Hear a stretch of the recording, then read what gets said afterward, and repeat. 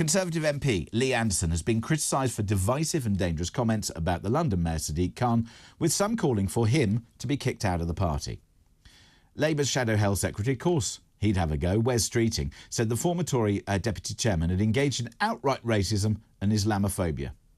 Even ex-Tory MP Gavin Barwell said Mr Anderson was spreading hate and division.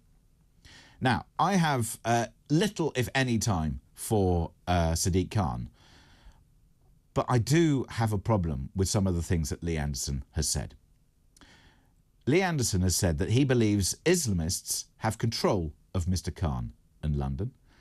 He then quickly poured in the following comments, which even the Tory former Home Secretary, Sajid Javid, said, what a ridiculous thing to say. I mean, I take the view that, on one hand, somebody should be able to say what they think. Having said that, when it moves into being racist or sexist or homophobic, people need to realise that with free speech comes responsibility. And so that's my line. But I want to know what you think. To what degree do you think we have free speech in this country? Does it mean, and does free speech mean that you can say whatever you like, whenever you like, to whoever you like? Or does it mean that you have responsibility? Does it mean that you have to take responsibility for what you say? Does it mean that you have to be responsible and accountable for the words that you use, and if you use words which are inflammatory, you are going to be held responsible, and you would expect political parties to take action? Because guess what? If a Labour MP makes comments which are anti-Semitic, I've got skin in the game on this one, I expect the Labour Party to take action. I expect them to lose the whip. Do I expect them to be silenced? No, if that's what they think, they can say what they like. I'll be offended, but it doesn't mean that an employer shouldn't take action. In the same way that if I were to say things on this show that were unacceptable, say, for example, I dropped some swear words or continually broke the Ofcom rules of broadcast, my employer would have to get rid of me. It doesn't silence me, it doesn't stop free speech, but it does mean the platform takes responsibility and has certain rules and regulations. It is time to get a little bit of a political roundup, perhaps on this story, but also on some of the other ones which are causing the news headlines to be fluttered this morning. John Boothman is political correspondent at the Sunday Times in Scotland. Joins me now. John, good morning. How are you, James? Really well. Thank you so much for joining us this morning. Let's go back to a story that certainly was on the front pages of many of the papers, and it certainly involved Scottish politics. Why? Because the Commons Speaker, Sir Lindsay Hoyle, shouldn't continue in his role, according to the SNP. Just for those who need refreshing, what happened and why is it such a big story? Well, basically, the SNP went to the House of Commons this week. They proposed an immediate ceasefire in Gaza as the central plank of a debate on Wednesday. There were a whole load of shenanigans around it in the House of Commons. The SNP only get 3 days a year where they can bring forward their own motions in opposition day debates, and they felt it was hijacked. The Speaker made a very controversial ruling to take a Labour amendment in addition to the SNP's motion and a government amendment as well. Consequently, the whole thing ended in absolute chaos in the House of Commons. It meant that the government finally, at the end of the day, didn't actually take part in any vote. There wasn't really a proper vote, and the SNP felt particularly hard done to. Towards the end of the debate, both SNP and Conservative members left the chamber. They came back in the end, the SNP really to protest.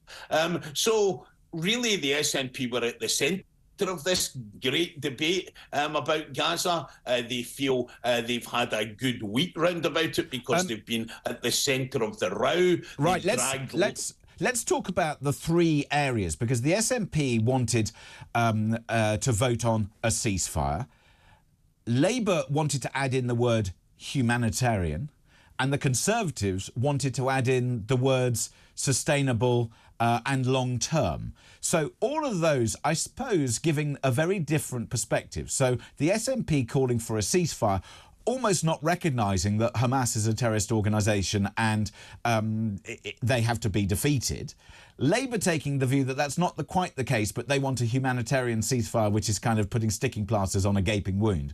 And the Conservatives saying, no, we need long-lasting peace, which means that we need to have not only a way of dealing and settling the Hamas debate, but we also need to have presumably some way in which Palestinian people who have been caught up in all of this have a way in which a homeland will be created. All of them have very significant consequences for the politicisation, I suppose, of this. But a lot of people will be looking from the outside saying, why does this really matter? What does it matter when what our parliament says on a matter that's overseas, when really what we're talking about is party politics and parties trying to show and shine the light on different views that they may have? Look, there's some merit in what you say, James, but these things do matter.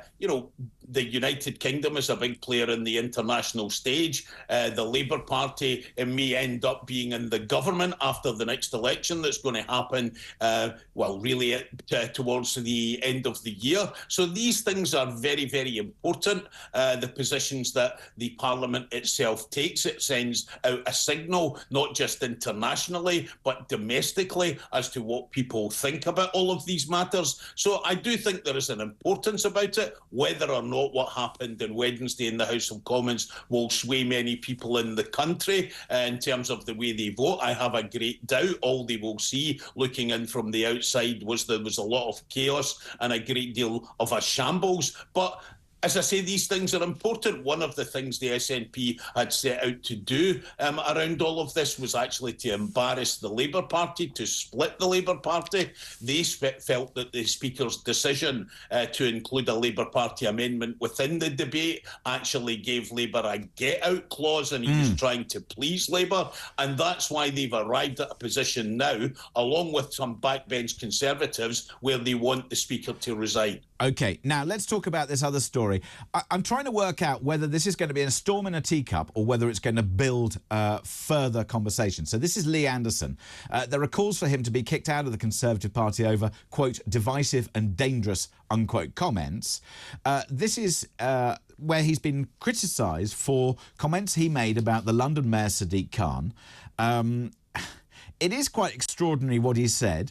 Lee Anderson said that Mr. Khan had given the capital away to his mates. He went on to say that he believes that Islamists have control of Mr. Khan and London.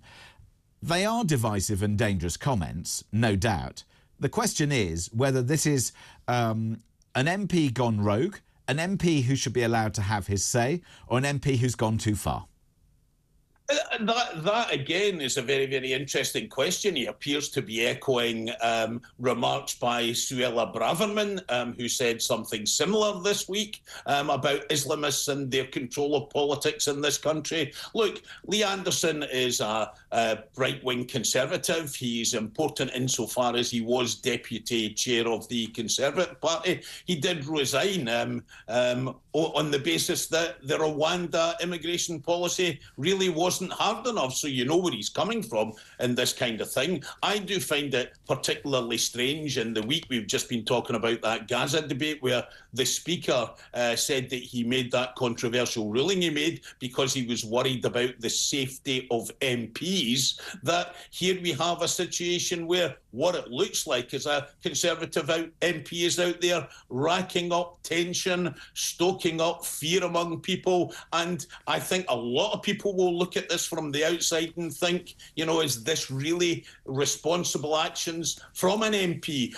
Your comment earlier that Sajid Javid had said it was a ridiculous thing to say. I see the Conservative leader in the London Assembly is basically condemning the remarks as well. I'm not sure the remarks that he made particularly helps. I suppose I would put it in the context, and this is where I become a wee bit cynical, in the context of a mayoral election about to take place in London, where Sadiq Khan, despite the fact, as you say, many people don't always agree with everything he says, looks as if he's 25% ahead in the polls, and that election's only in a couple of months' time.